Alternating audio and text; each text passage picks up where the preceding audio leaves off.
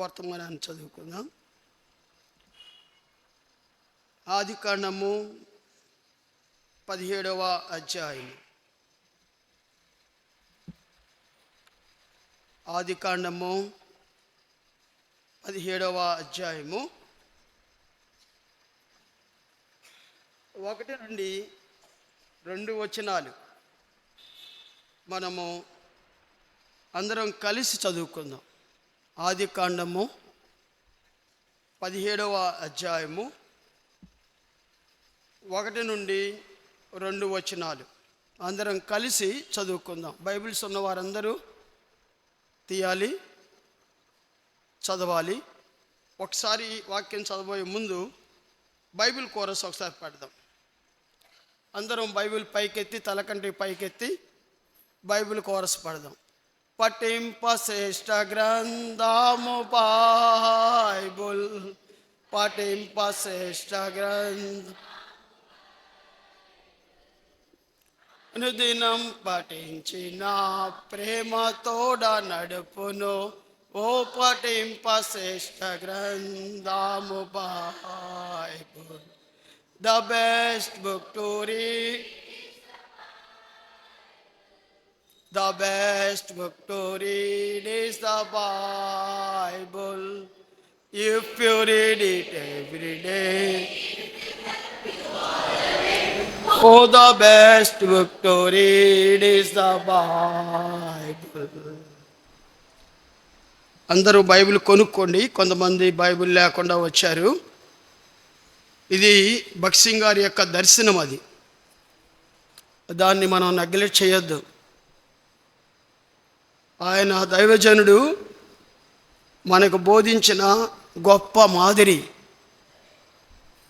Bible చేతితో పట్టుకోవటము, బైబిల్ని గౌరవంతో మోకాళ్ళ మీద ఉండి చదవటము మనం నేర్చుకోవాలి. దేనికన్నా ప్రిఫరెన్స్ ఇవ్వు, దేవుని వాక్యానికి మీ అనుదిన జీవితంలో ఫస్ట్ ప్రయారిటీని ఇవ్వండి. ఫస్ట్ ప్రయారిటీ దేవుని వాక్యానికి అనుదిన జీవితంలో మీరు అనుగ్రహించండి. చదువుకుందాం. 17వ అధ్యాయము 1-2 వచనాలు. అబ్రాహాము 99 ఏండ్ల వాడైనప్పుడు యెహోవా అతనికి ప్రత్యక్షమై, నేను సర్వశక్తి గల దేవుడను, నా సన్నిధిలో నడుచుచు నిందారహితుడు అయి ఉండుము, నాకును నీకును మధ్య నా నిబంధనను నియమించి నిన్ను అత్యధికంగా అభివృద్ధి పొందేది అని అతనితో చెప్పాను. 3వ వచనం కూడా. అబ్రాహాము సాగిలపడి ఉండగా దేవుడు అతనితో మాట్లాడి, ఇదిగో నేను నియమించిన నా నిబంధన నీతో చేసి ఉన్నాను, నీవు అనేక జనములకు తండ్రి వగుదువు. దేవుడి వాక్యము మన వినికిల్లో దీవించి ఆశీర్వదించి మనతో మాట్లాడునుగాక. ప్రార్థన చేసుకుందాం. తల వంచండి.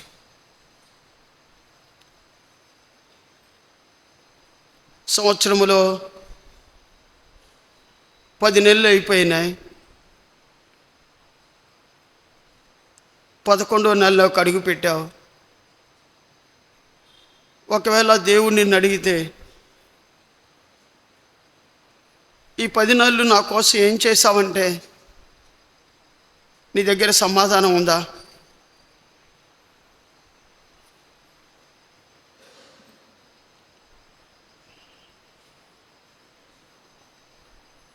ప్రభువుని అడుగు. ప్రభా, చివరి 2 నెలలన్నా నిన్ను సంతోషపెట్టే భాగ్యము, నీ పరిచర్య చేసే భాగ్యము నాకు దయచేయి ప్రభా. 10 నెలలు కునుకలేదు, నిద్రపోలేదు.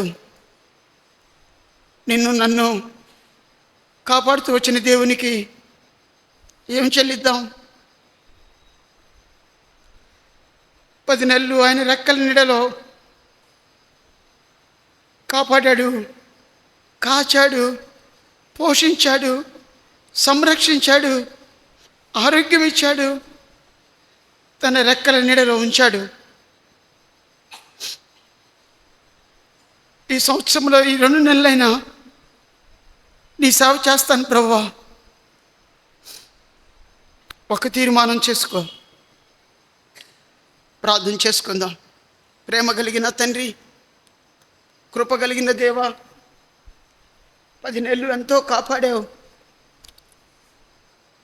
సంరక్షించావు, పోషించావు,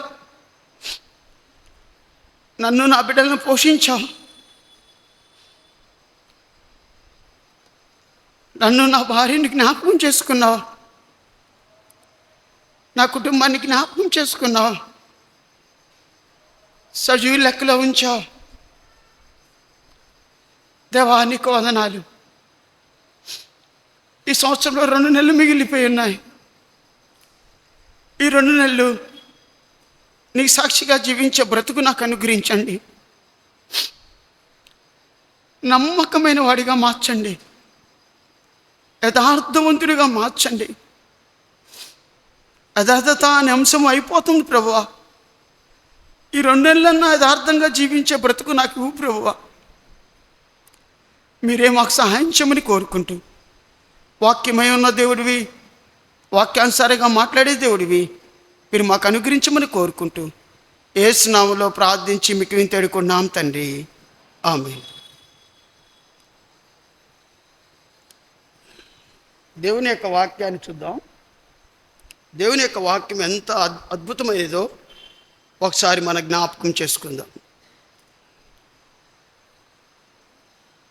చూడండి, అబ్రహాము 99 ఏళ్ళు అయింది. దేవుడు అతనికి ప్రత్యక్షమయ్యాడు. ఒక అగ్రిమెంట్ చేశాడు.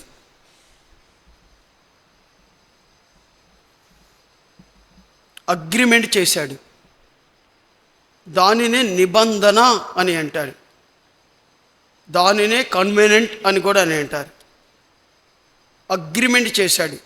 దేవుడు అబ్రహాముతో నిబంధన చేశాడు. ఏమని నిబంధన చేశాడు? నేను సర్వశక్తి కలిగిన దేవుడను, నా సన్నిధిలో నడుచుచు బ్లేమ్లెస్ పర్సన్గా ఉండు, నిందారహితుడిగా ఉండు, నాకును నీకును మధ్య నా నిబంధన నియమించి నిన్ను అత్యధికంగా అభివృద్ధి పరిచదను అని అతనితో చెప్పాను. అబ్రహాము ఏం చేశాడు? సాగిలపడ్డాడు.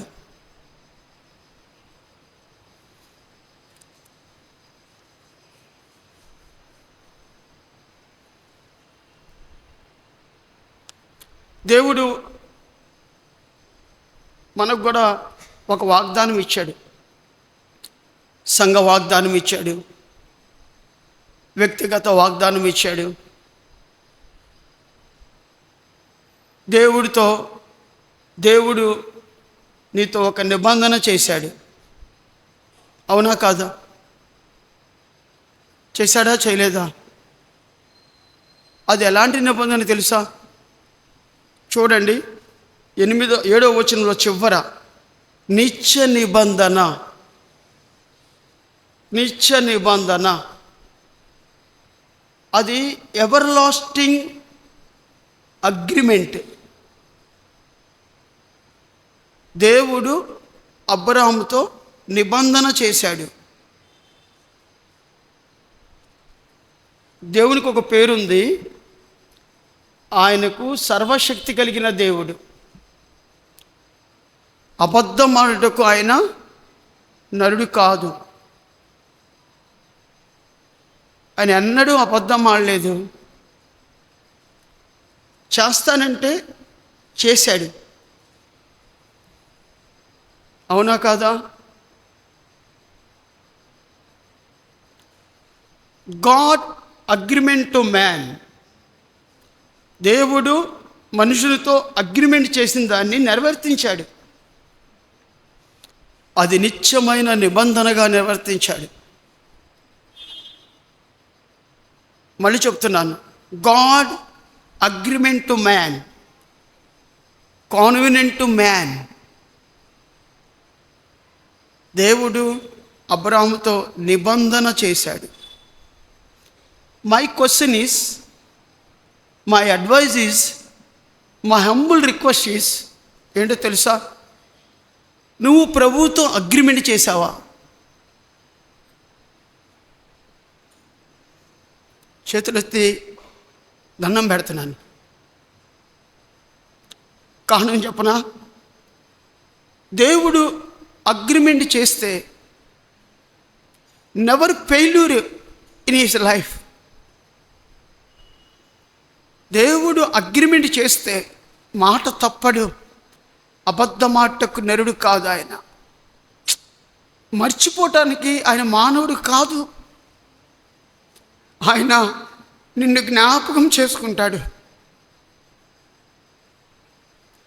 It is a fundamental truth, experience of God's plan, experience of God's Dzire.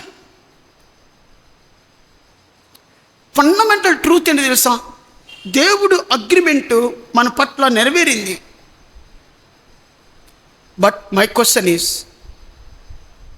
మనిషి ఏ అగ్రిమెంట్ దేవునితో చేశాడు? నువ్వు ఏ అగ్రిమెంట్ చేసావు ప్రభువుకి? ఈ 10 నెలలు దేవునితో నిబంధన చేశావా? అగ్రిమెంట్ రాశావా? అగ్రిమెంట్ ఎందుకు రాస్తారు? మాట తప్పకూడదు, అనుకున్నది అనుకున్నట్టుగా టయానికి ఇవ్వాలి.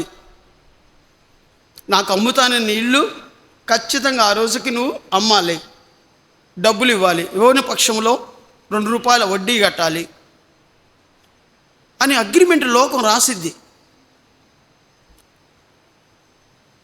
నువ్వు దేవునితో ఏ అగ్రిమెంట్ చేసావా? ప్రభువా అబద్ధమాడను, ప్రభువా పరిశుద్ధంగా జీవిస్తాను, ప్రభువా నమ్మకంగా సేవ చేస్తాను, ప్రభువా యథార్థంగా ఉంటాను. అగ్రిమెంట్ చేసావా? ఒకవేళ నువ్వు అగ్రిమెంట్ చేస్తే ఆ అగ్రిమెంట్ నీ జీవితంలో నెరవేర్తించావా? ఎలాంటి అగ్రిమెంట్ చేశావు? ఎలాంటి అగ్రిమెంట్ నువ్వు చేశావు?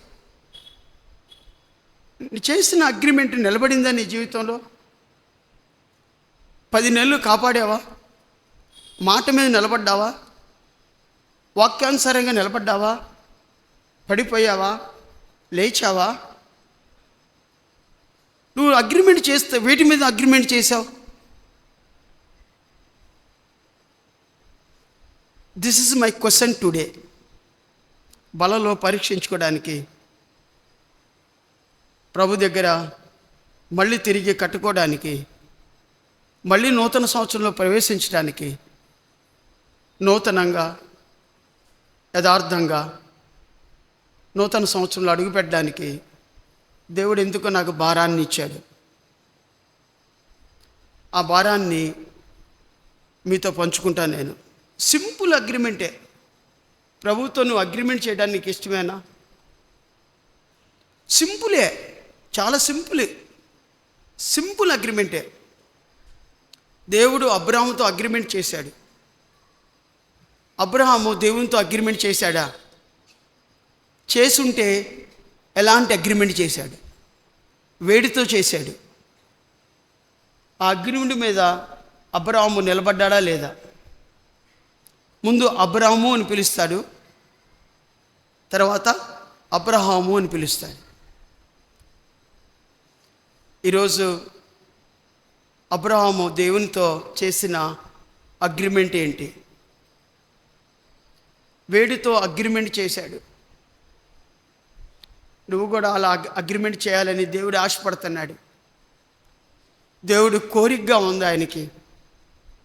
దేవుడు నన్ను భారంతో నింపాడు. ఆ అగ్రిమెంట్ నేను మాట్లాడినప్పుడు నేను పశ్చాత్తాపడ్డాను. అందుకని నా కళ్ళమ్మడి నీళ్ళు తిరుగుతున్నాయి. ఏదో ఎమోషనల్ వచ్చి నేను కళ్ళమ్మడి నీళ్ళు రావట్లా, ఏదో ఉద్రేకం వచ్చి కళ్ళమ్మడి నీళ్ళు రావట్లా. నాకేదో బాధేసి నాకు అగ్రిమెంట్లో నేను నిలబడలేకపోయాను. ఫర్గివ్ మీ లార్డ్ అని అడుగుతూ కన్నీళ్లు కారుస్తున్నాను. ఏదో ఉద్రేకంగా, ఏదో లోకం ఏడ్చినట్టుగా నేను కళ్ళమ్మని నీళ్లు పెట్టట్లా. ఆత్మతో నడిపింపబడిన వాడిని, ఆత్మచేత ఒప్పుదల కలిగిన వాడిని, దైవ చిత్తానుసారమైన పశ్చాత్తాపం కలిగిన వాడిని నేను కన్నీళ్లు పెడుతున్నాను. అది గమనించండి. First agreement, man agreement to God. Man agreement to God. దేవునితో మనుషుడు చేయబోయే నిబంధన ఏంటి? First agreement. ఫస్ట్ అగ్రిమెంట్ చదువుదాం. రాసుకోండి, వీలైతే రాసుకోండి. తర్వాత యూట్యూబ్లో మెసేజ్ ఉంటుంది, నెంబర్ ఆఫ్ టైమ్స్ వినండి. ఒంటరిగా కూర్చోండి, వినండి. దేవుడు నీతో మాట్లాడతాడు, ఖచ్చితంగా మాట్లాడతాడు. ఎందుకంటే దేవుడు నాతో మాట్లాడాడు, నీతో కూడా మాట్లాడతాడు. ఫస్ట్ అగ్రిమెంట్ చూద్దాం మనం. రండి, 7 అగ్రిమెంట్లు చెప్తాను. 1, యోబు గ్రంథం. యోబు గ్రంథం 31వ అధ్యాయము. యోబు గ్రంథం 31వ అధ్యాయము 1వ వచనము. నేను నా కన్నులతో నిబంధన చేసుకుంటుని, కన్యకు నేను ఎలాగూ చూచెదను, అలాగూ చేసిన ఎడల పరమునున్న దేవుని ఆజ్ఞ ఏమగును, ఉన్నత స్థలంలోనున్న సర్వశక్తిని స్వాస్యము ఏమగును. చాలము. నేను నా కన్నులతో నిబంధన చేసుకుంటేని. కనపడిందా మీ అందరికీ? నేను నా కన్నులతో నిబంధన చేసుకుంటేని. The first covenant with God, first agreement with God with eyes. With eyes. I never see the films, I never see the series, I never see the reels about the social media.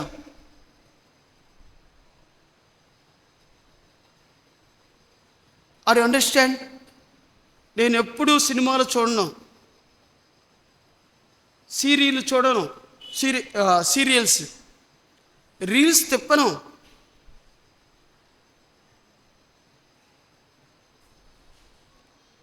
I covenant with God. My eyes agreement to God. దేవునితో నా కన్నులతో నిబంధన చేసుకుంటున్నాను. నేను ఎమోషనల్గా మాట్లాడలేదు. Simple వర్డే హృదయాంతరంగాల్లో గుచ్చుకుపోవాలి. దేవుడు అడుగుతున్నాడు, నేను అబ్రాహాముతో నిబంధన చేశాను, నువ్వు దేవునితో నిబంధన చేశావా? దేంతో చేయమంటావు ప్రభువా? నీ కన్నులతో చేయి. నీ కన్నులతో నిబంధన చేయి. చెడ్డ చూపు చూడను, ఇతరులని కవ్వించి మాట్లాడను, ఎకిలిగా నవ్వను, దైవ ఆవేశం కలిగి జీవిస్తాను, దైవ కన్నులు కలిగి జీవిస్తాను. ఈ బాడీలో ఈ కన్నులు నాయి కాదు, నా ప్రభువి. నా ప్రభువి. నేను సీరియల్స్ చూడను, రీల్స్ చూడను, సోషల్ మీడియా చూడను. అగ్రిమెంట్ చేస్తావా? ప్రభువుతో అగ్రిమెంట్ చేస్తావా? నేను నా కన్నులతో ప్రభువుకి ఆయాసకరమని నేను చూడను. ఒక అగ్రిమెంట్ని చేయగలుగుతావా? యవనస్తురాలా, యవన బిడ్డ, దేవునితో అగ్రిమెంట్ చేస్తావా? దేవా, నువ్వు నాతో అగ్రిమెంట్ చేశావు, నేను నీతో అగ్రిమెంట్ ఎప్పుడూ చేయలేదు, నన్ను క్షమించు. నా కన్నులు చెడిపోయినాయి, చెడిపోయిన కన్ను నాది. ఈరోజు నుంచి నేను అగ్రిమెంట్ చేస్తాను. I never seen the cinemas, I never seen the reels, I never seen the bad pictures, I never seen the sex pictures, I never seen the reels, I never seen the social media. ఇంతకాలం నేను చేశాను. Forgive me Lord, forgive me. చెప్పగలుగుతావా? యోబు అంటున్నాడు, నా కన్నులతో నేను నిబంధన చేసుకుంటేనే కన్యకను నేను ఎలాగూ చూడగలుగుతాను, ఇతరుల పురుషుని నేను ఎలా చూడగలుగుతాను? మా ice is agreement to God. దేవునితో నిబంధన చేసుకున్నాను. ఈరోజు నా వాక్యం యొక్క భాగము నిబంధన, అగ్రిమెంట్, కాన్వినెంట్.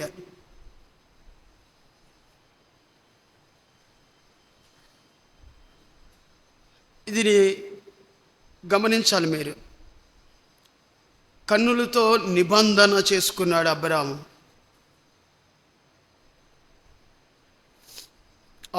అబ్రాము కన్నులతో నిబంధన చేశాడు దేవునికి. దేవా, చూస్తే నేను చూస్తాను,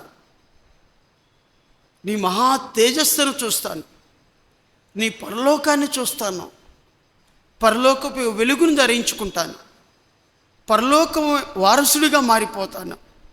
బ్రతికితే అలా బ్రతుకుతా, చావైతే లాభం.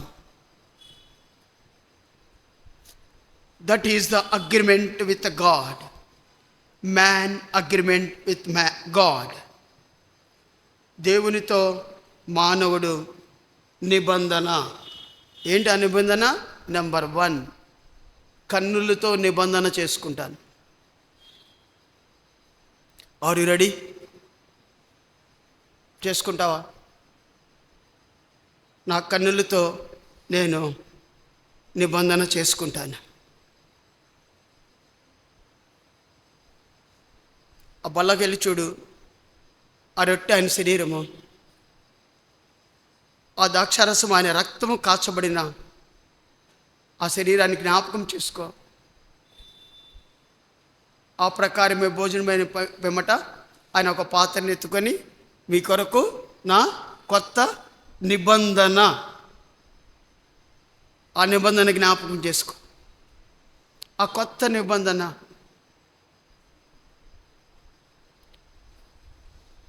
కొత్త నిబంధన జ్ఞాపకం చేసుకో. ప్రభు రక్తాన్ని దగ్గరికి రా. ప్రభువా, నా కన్నులు చెడిపోయిన కన్ను నాది. Forgive me Lord, forgive me lord. అడుగుతావా ప్రభువుని? పశ్చాత్తాపం కలుగుతుందా? ఆ పశ్చాత్తాపం పైపోయిన పశ్చాత్తాపం కాదు, దైవ చిత్తానుసారమైన పశ్చాత్తాపం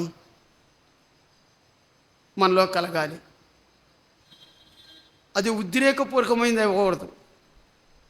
అది వాక్యం అన్నప్పుడు ఉద్రేకం రాకూడదు. దైవ చిత్తానుసారమైన పశ్చాత్తాపం కలిగి ఉండాలి. అప్పుడు మీరును మీ ఇంటి వారు ఆశీర్వదించబడతారు. మొదటిది అగ్రిమెంట్ విత్ గాడ్. దేవునితో అగ్రిమెంట్ చేసుకోవాలి.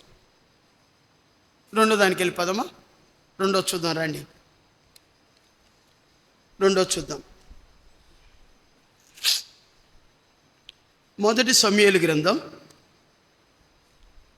మొదటి సమూయేలు గ్రంథం,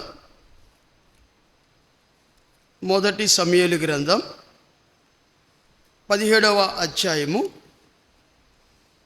మొదటి సమూయేలు గ్రంథం 17వ అధ్యాయము 39వ వచనము.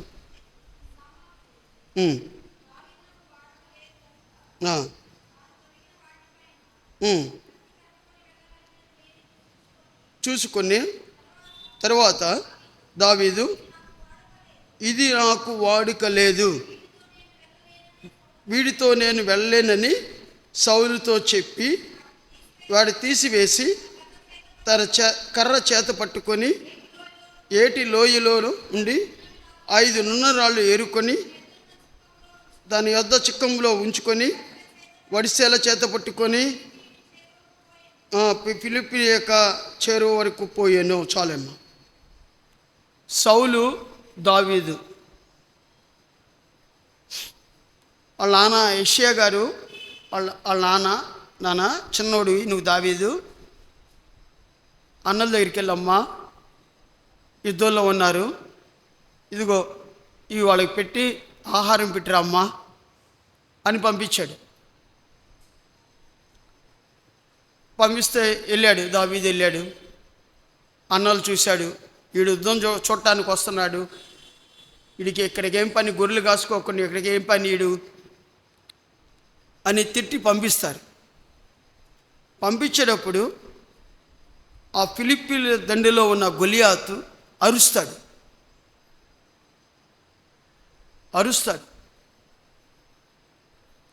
దావీదు చెవిలో పడుతుంది, అన్నా అతన్ని నేను చంపేస్తాను. అరే నువ్వు ఎంతోడివి, అంతోడి నెడ చంపుతావురా, నువ్వు చాలా చిన్నోడివిరా, బుడ్డోడివి, అంతోడి నెడ చంపుతావు, నోరు మూసుకొని వెళ్ళు అన్నారు. లేదన్నా, రాజు దగ్గర నన్ను తీసుకెళ్ళండి. సౌలు చూసి ఆశ్చర్యపోతాడు. నువ్వు చంపుతావా?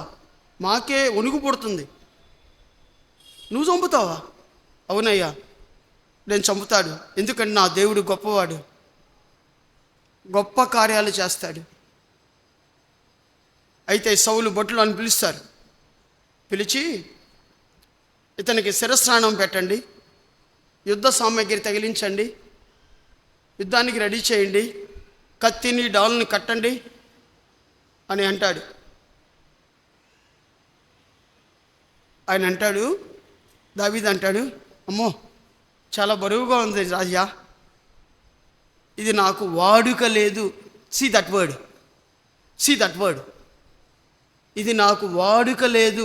చూడండి, ఆ వాడుని చూడండి, చూసిందా? కనపడ్డారా? మీరు కనపడిందా? వాడుక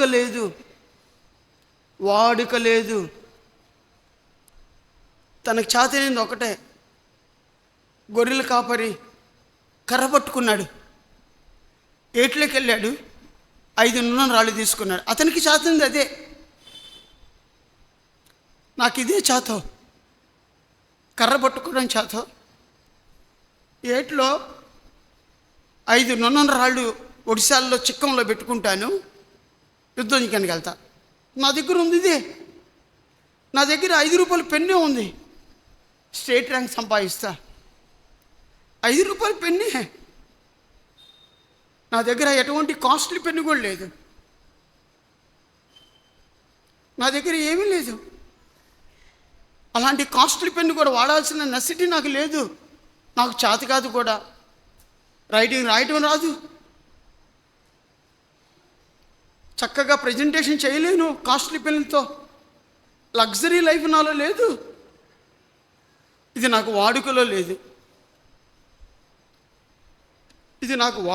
లేదు. అంటే దేంతో నిబంధన చేసుకున్నాడు? చేతులతో నిబంధన చేసుకున్నాడు. David agreement with hands. కావాల్సినవి పట్టుకొని, నేను దేవునికి అసహ్యకరమని పట్టుకోను, నాకు వాడుకలో లేదు, అసహ్యకరమైన దాన్ని తాకను. అసహ్యకరమైన, దేవునికి అసహ్యకరమైన నిన్ను ముట్టుకోను. David never touch the evil spirits, evil activities. Are you understand? Are you understand?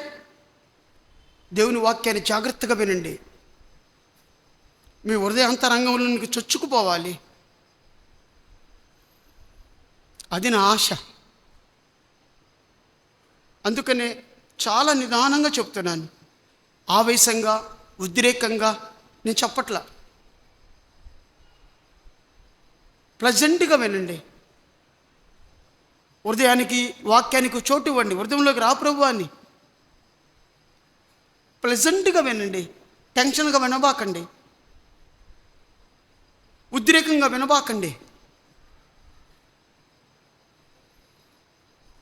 ప్లెజెంట్గా దేవుని వాక్యాన్ని వినండి. చేతులతో నిబంధన చేసుకున్నాడు. దేవునికి అసహ్యకరమైనది, నాకు ఇష్టమైనవి I never touch in my life. That is my agreement with God.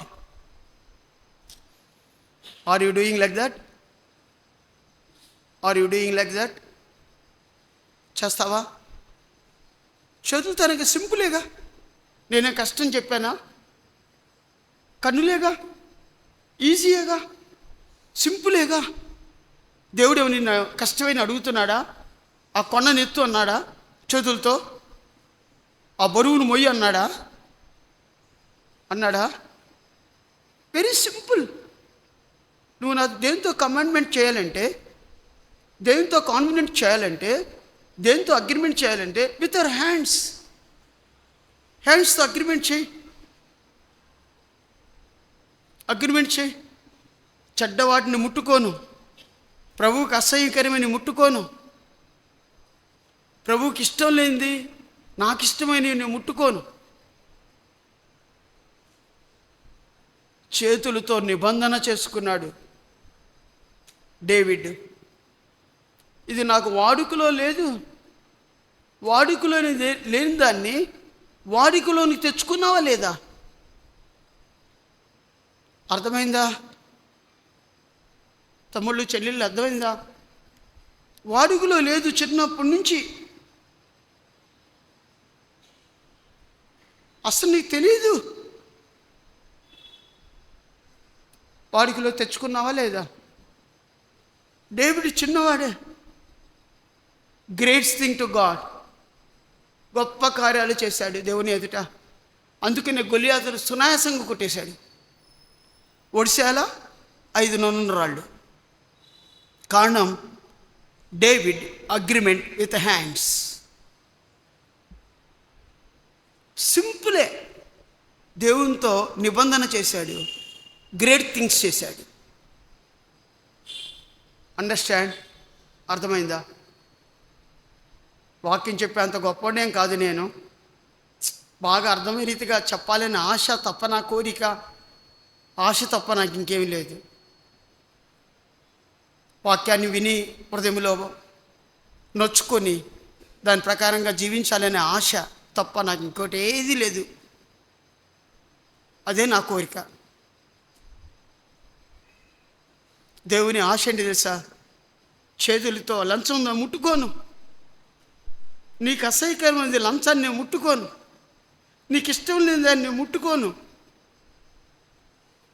ఇది నాకు వాడుకలో లేదు. బ్రతికినా చచ్చిపోయినా నీ కోసం బతుకుతా ప్రభువా. అందుకనే పౌలు అంటాడు తిమోతితో, బ్రతుకుడు ఎక్కిస్తే చావైతే లాభం.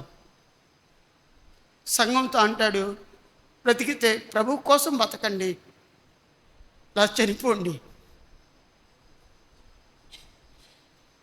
That is the agreement with God. చేస్తావా? రెండవది, 2 అయిపోయినాయి అప్పుడే. మొదటిది అగ్రిమెంట్ విత్ ఐస్, రెండవది అగ్రిమెంట్ విత్ హ్యాండ్స్. మూడవది చూద్దాం. రండి, మూడవది మనందరం ధ్యానం చేద్దాం. రండి, నిర్గమాకాండము 33వ అధ్యాయం. నిర్గమాకాండము 33వ అధ్యాయం. నిర్గమాకాండము 33వ అధ్యాయం.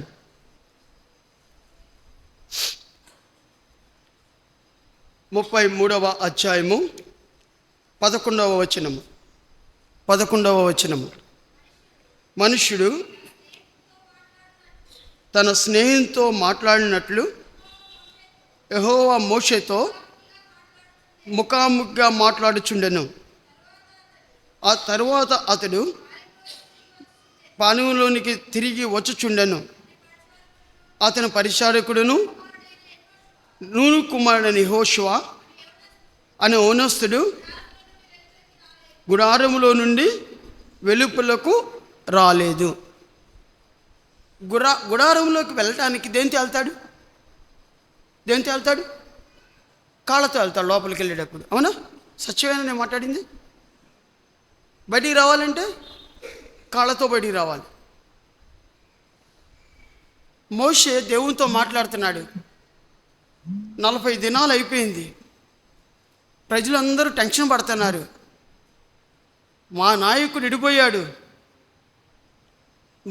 ఎడిపోయాడు. తనకు ఒక శిష్యుడు ఉన్నాడు, నూను కుమారుడైన యెహోషువ. నాయకుడు దేవునితో మాట్లాడడానికి వెళ్ళాడు. తను ఫాలో అయ్యేటువంటి పరిచారకుడు, నాయకుడేమో దేవునితో మాట్లాడడానికి వెళ్ళాడు. తను ఫాలో అయ్యేటువంటి పరిచారకుడు ఏం చేస్తున్నాడో తెలుసా? గుడారంలోనికి వెళ్ళాడు, దేవునితో మాట్లాడుతున్నాడు. నూను కుమారుడు అయిన యెహోషువ బయటికి రా ఆయన అంటాడు. ఆ యవ్వనస్తుడు గుడారములో నుండి వెలుపలకు రాలేదు. దేనికి రాలేదు? నా నాయకుడు దేవునితో మాట్లాడుతున్నప్పుడు నేను మౌనంగా ఉండగలుగుతానా? నేను కూడా గుడారంలో ఉండి నా నాయకుడు దేవుడిని ప్రార్థన చేస్తా.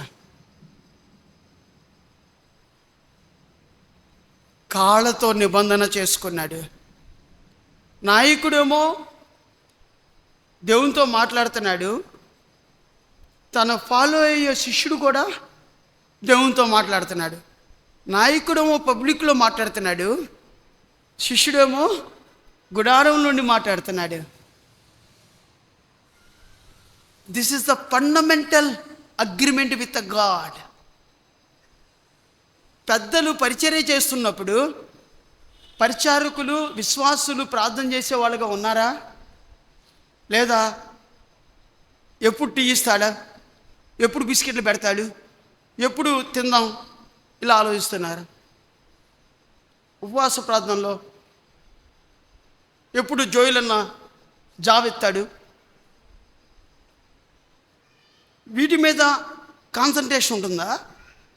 నా నాయకుడు దేవుని మీద ఆధారపడుతున్నాడు, దేవుని ఫాలో అవుతున్నాడు, దేవుని అనుచరులుగా ఉన్నాడు, దేవుడు నిబంధన చేశాడు మా నాయకుడితో, నేను కూడా నిబంధన చేసుకుంటాను.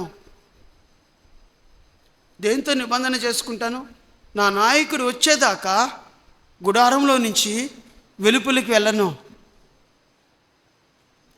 నా నాయకుడు ప్రార్థన చేస్తున్నాడు, I must be Neel down in the presence of God, I must wept in the presence of God, I depending upon God. నీ డిజైర్ అదేనా? నీ కోరిక అదేనా? నీ ప్రార్థనా జీవితం అదేనా? ఆలోచించు. కాళ్ళతో నిబంధన చేసుకున్నాడు. నేను పరిగెత్తును, సంఘమంతా ప్రార్థన చేస్తుంటే నేను ఇంట్లో పరిగెత్తను, సరదాకి షికారులకి వెళ్ళను. నేను కూడా ప్రభు సన్నిధిలో మోకరించి ప్రార్థన చేస్తాను, దేవుని సన్నిధిలో ప్రార్థన చేస్తాను. కాళ్ళతో నిబంధన చేసుకున్నాడు. అబ్రాహాము కాళ్ళతో నిబంధన చేసుకున్నాడు. అనవసరమైన చోటుకి వెళ్ళను, అసహ్యకరమైన చోటుకి వెళ్ళను నా కాళ్ళతో. దేవుని అయిష్టపరిచే, దేవుని దుఃఖపరిచే నేను వెళ్ళను.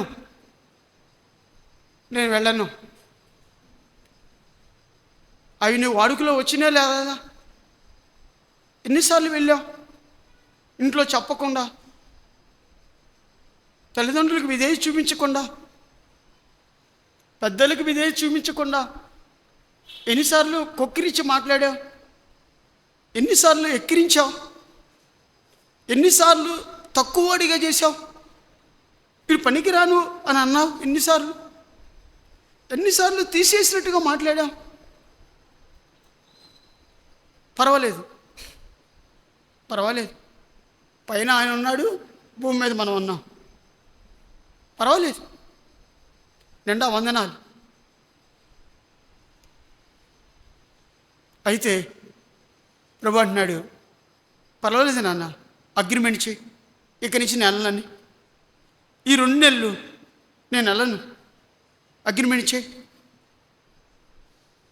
చేస్తావా? చేసే ధైర్యం ఉందా? చేసే ఇంట్రెస్ట్ ఉందా? నేను చేస్తాను ప్రభు కోసం తీర్మానం చేసుకుంటావా? Think your self. 3 అయిపోయినాయి. 1, కళ్ళతో నిబంధన చేసుకున్నాడు. 2, చెప్పండి, చేతులతో నిబంధన చేసుకున్నాడు. 3, కాళ్ళతో నిబంధన చేసుకున్నాడు. సింపులే, ఇవన్నీ సింపులే. 4వది రండి, దేవుని వాక్యంలోకి వెళ్దాం.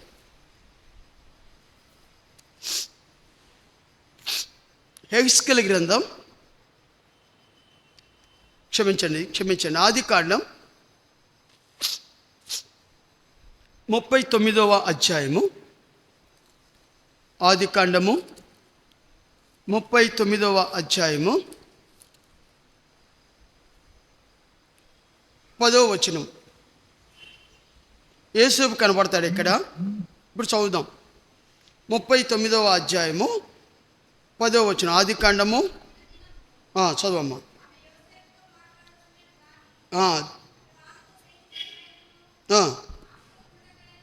ఆమెతో శయనించుడికైనను, ఆమెతో ఉండుడికైనను ఆమె మాట విన్నువాడు కాదు. అంటే వినుట దేని ద్వారా వింటావు? దేవుని ద్వారా వింటావు. చెవుల ద్వారా. ఒకసారి విజయవాడలో ఒక మీటింగ్కి వెళ్ళాను. మీటింగ్కి వెళ్ళి మాట్లాడుతున్నాను. ఒక యవనస్తుడు ఒక క్వశ్చన్ వేశాడు. అన్న, దేవుడు చెవులు ఎందుకు ఇచ్చాడు అన్నాడు. 5 నిమిషాలు నేను ఆగా. ఏం చెప్పాలి అర్థం కాల. వెంబడిని ప్రభు ప్రార్థన చేసి, ప్రభా చెవులు దేనికి ఇచ్చావు? నీ ఉద్దేశం ఏంటి ప్రభా? నాకు ఇవ్వా, ఆ తలంపు నాకు ఇవ్వా అన్నప్పుడు అవనస్తుడు అందరిలో అడిగాడు. అంతలో వాడు ఫ్రెండ్ అన్నాడు, అన్న నా ఫ్రెండ్కి తెలియదు, దేవుడు చెవులు ఎందుకు ఇచ్చాడంటే కళ్ళజోడు బ్యాలెన్స్ అవ్వడానికి ఇచ్చాడు అని అన్నాడు. కళ్ళజోడు బ్యాలెన్స్ అవ్వడానికి ఇచ్చాడంట. ఇంకొక సిస్టర్ లేసాడింది, అన్న చెవులు ఎందుకు ఇచ్చాడంటే దీంతో వినాలి, దీంతో విడిచిపెట్టాలి. ఏమన్నా ఇంకెవరన్నా ఆన్సర్ చెబుతారా అని అడిగాను. ఒక కుర్రవాళ్ళు లేచాడు, అన్న చెవుతో వినాలి, హృదయంలో నొచ్చుకోవాలి, ప్రభు ఎదుటి సాగిలు పడాలి, అందుకు దేవుడు చెవులు ఇచ్చింది అన్నాడు. ఈ 3 ఏది రైటు? అలా చేస్తున్నాము మనం. చెవులతో విని హృదయంలో నొచ్చుకొని దేవుని ఎదుట సాగిలు పడేవాడిగా ఉన్నావా?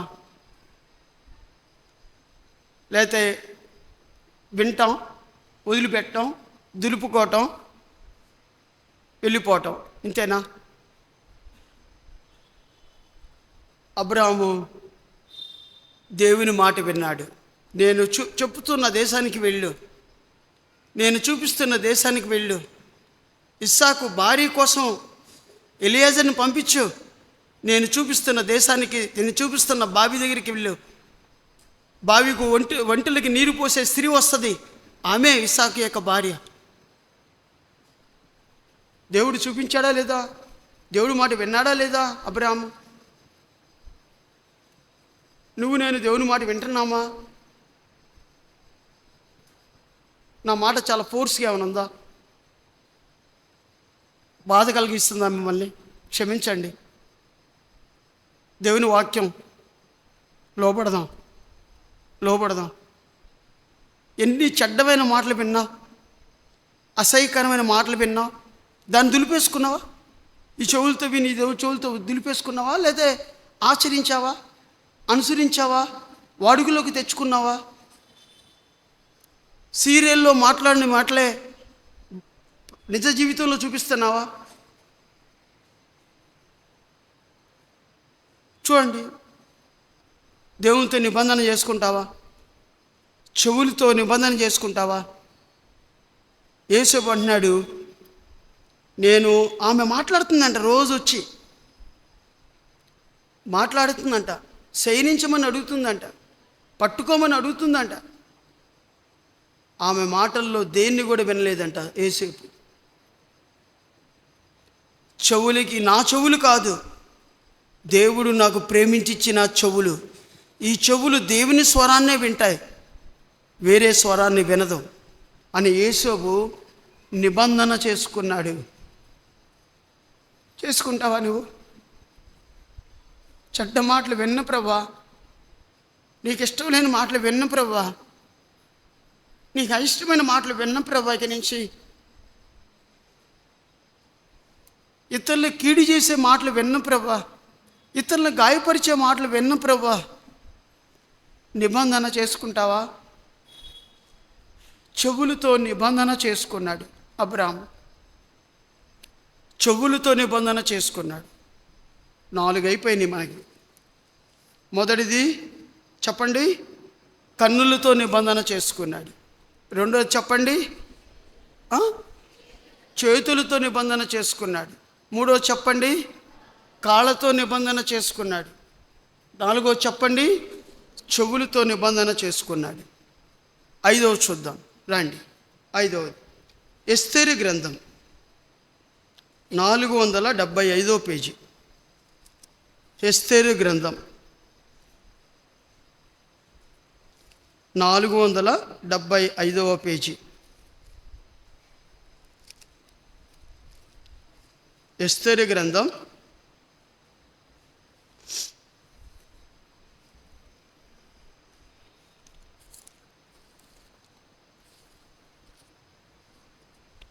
ఎస్తేరు గ్రంథం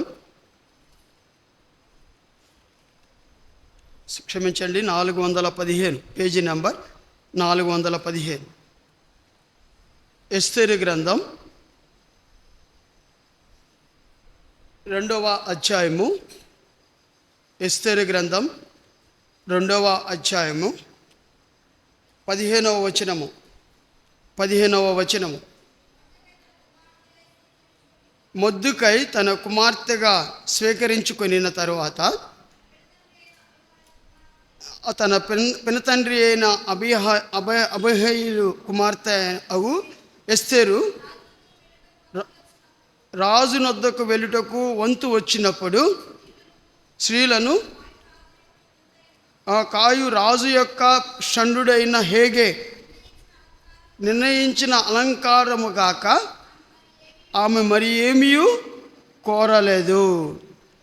నిర్ణయించిన అలంకారము కాక ఆమె మరి ఏమీ కోరలేదు. మళ్ళీ చదువుతున్నాను. నిర్ణయించిన అలంకారము కాక ఆమె మరి ఏమీ కోరలేదు. Agreement with the beautyness. రాజు దగ్గరికి వెళ్ళాలంటే మినిమం అలంకారం వేసుకోవాలి.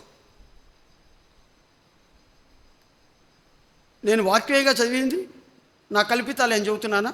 చెప్పట్లేదు కదా. ఇప్పుడు ఈ వాక్యం ప్రకారంగా బ్యూటీ పార్లర్కి వెళ్ళడం తప్ప రైటా?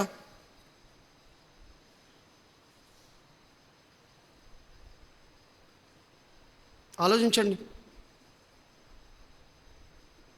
ఎంత అసహ్యకరంగా తయారవుతారో కొంతమంది. కొంతమంది చెబుతారు, చేయరు.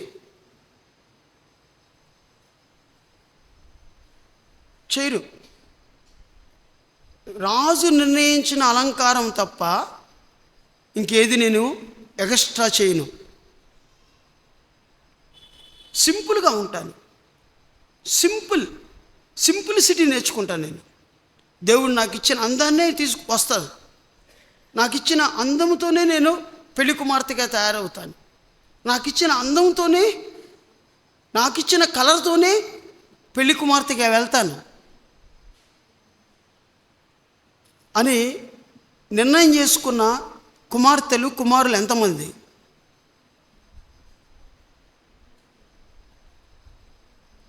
Agreement with your beautiness.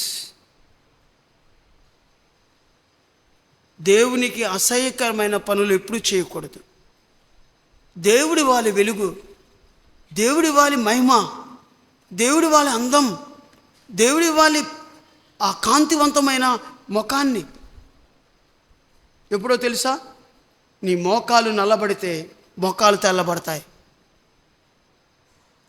ప్రార్థన జీవితాన్ని నువ్వు కలిగి ఉన్నప్పుడు, భక్సింగ్ గారికి దగ్గరికి ఒకరోజు ఒక దైవ సేవకుడు వచ్చాయంట. ఇంత గొప్ప మినిస్ట్రీ చేయడానికి ఎలా చేస్తున్నావు? How can be possible in our lives అన్నాడు. Come man, come to see in my bedroom అన్నాడు. బెడ్రూమ్లోకి వెళ్ళి చూపించాంట. బండలు కింద గుంటలు ఏర్పడా. చూసావా గుంట? అవి చూసావా గుంట? అంత అరిగిపోయేట్టుగా నా బిడ్డల కోసం నేను ప్రార్థన చేశాను. నా మోకాలు పెడతాం చూడు అని కరెక్ట్గా ఆ మోకాలు పెడితే ఆ గుంట ఆ క్యాప్ లాగా ఉండేదంట. బిడ్డల కోసం మొరపెట్టాడు,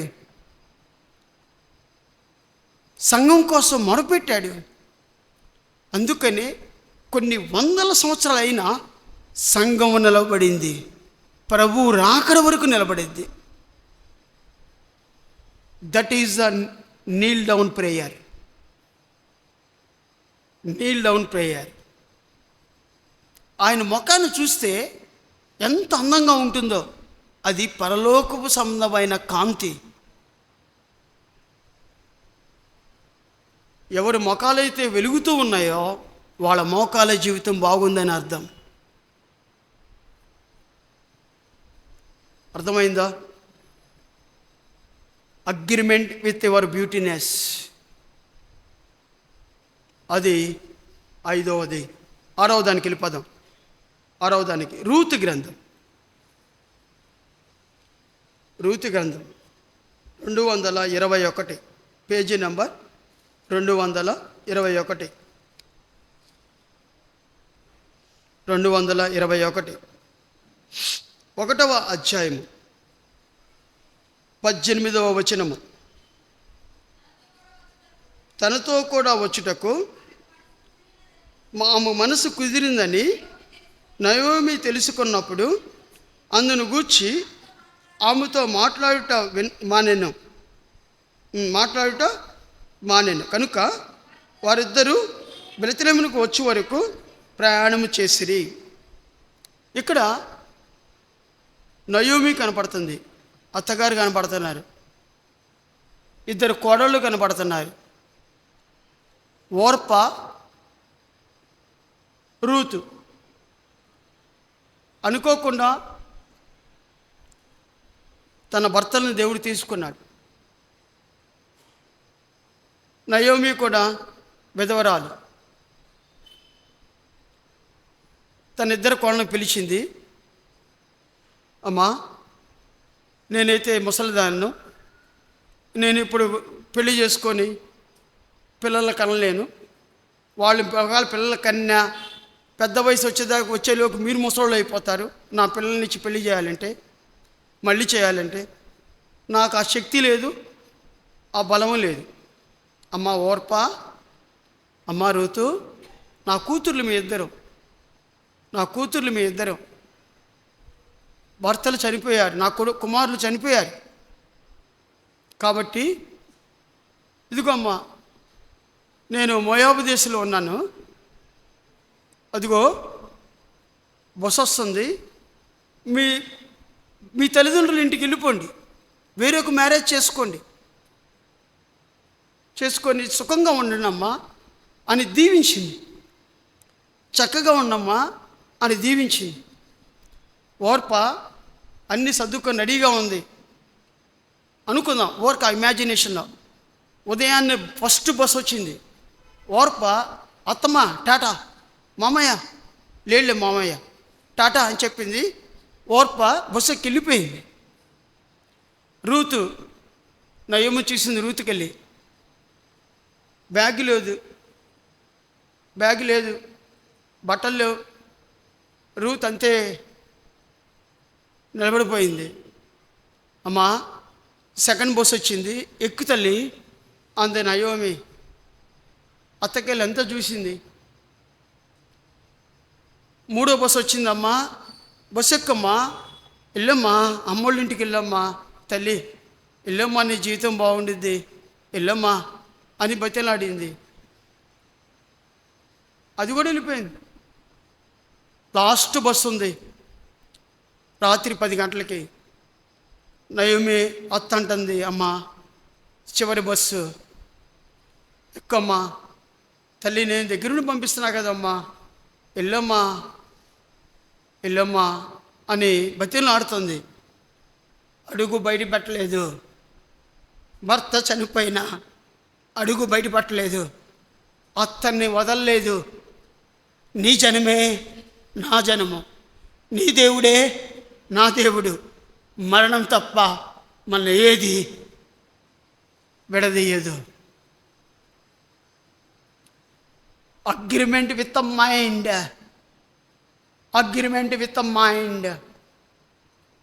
దృఢ నిశ్చయిత చేసుకుంది. చావైనా బ్రతుకైనా మా అత్తతోనే. That is the commandment with God, that is the covenant with the God, that is the agreement with the God. చేసుకుంటావా? అలాంటి నిబంధన చేసుకుంటావా? ప్రభువా, బ్రతుకైనా చావైనా ఎన్ని కష్టాలు వచ్చినా ఎన్ని బాధలు వచ్చినా నీ సేవ చేస్తాను. This is my agreement. చేసుకుంటావా? నీ జనమే నా జనము, నీ ప్రజలే నా ప్రజలు, నీ బిడ్డలే నా బిడ్డలు, నీ ప్రజలే నా ప్రజలు. వారి కోసం కన్నీరు కారుస్తాను, వారి రక్షణ కోసం కన్నీరు కారుస్తాను. మరణం తప్ప సంఘం నుంచి నన్ను ఏది వేరు చేయదు. బ్రతుకైనా చావైనా సంఘంలోనే ఉంటాను, సంఘంలోనే చచ్చిపోతాను. That is my Dzire lord. అలా నా సంఘాన్ని ప్రేమిస్తాను, నీ సంఘాన్ని నేను ప్రేమిస్తాను. నీ ప్రజల కోసం చనిపోతాను, నీ ప్రజల కోసం ఉంటాను, నీ ప్రజల కోసం ప్రవక్తగా జీవిస్తాను, నీ ప్రజల కోసం నేను బ్రతుకుతాను ప్రభువా. That is the commandment with the God, that is the agreement with the God. చేసుకుంటావా? ఇలాంటి అగ్రిమెంట్ నీ జీవితంలో జరిగిందా?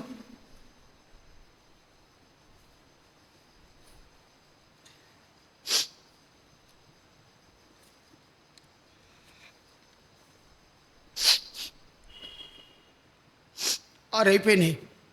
1 కన్నులతో నిబంధన చేసుకున్నాడు అబ్రామ్. నెంబర్ 2 చేతులతో నిబంధన చేసుకున్నాడు. నెంబర్ 3 కాళ్ళతో నిబంధన చేసుకున్నాడు. నెంబర్ 4 చెవులతో నిబంధన చేసుకున్నాడు. నెంబర్ 5 అలంకారంతో నిబంధన చేసుకున్నాడు. నెంబర్ 6 మనసుతో నిబంధన చేసుకున్నాడు. Last and final number 7. రండి, యెషయా గ్రంథం.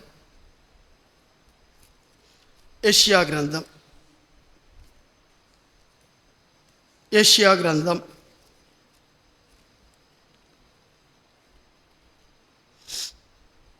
615 పేజీ.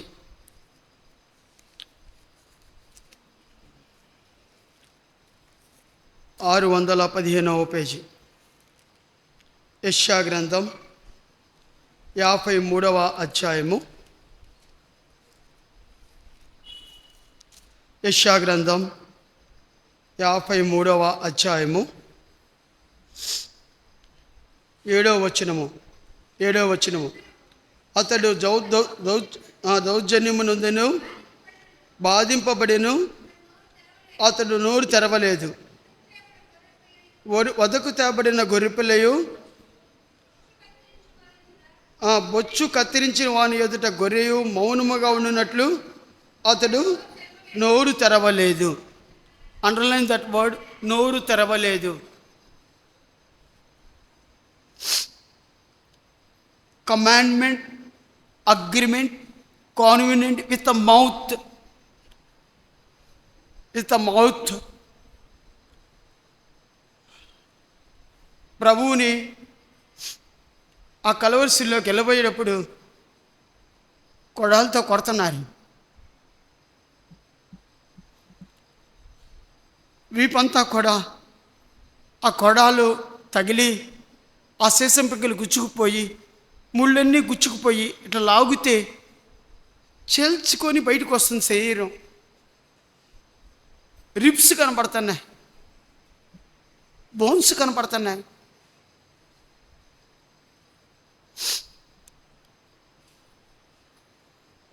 ఆ బోన్స్లోకి ఉదయకాల సమయంలో 7 గంటలకి సూర్యకిరణాలు వెళ్తున్నాయి. ఎంత మంట, ఎంత బాధ. ప్రభు నీ కోసం నా కోసం అనుభవించాడు.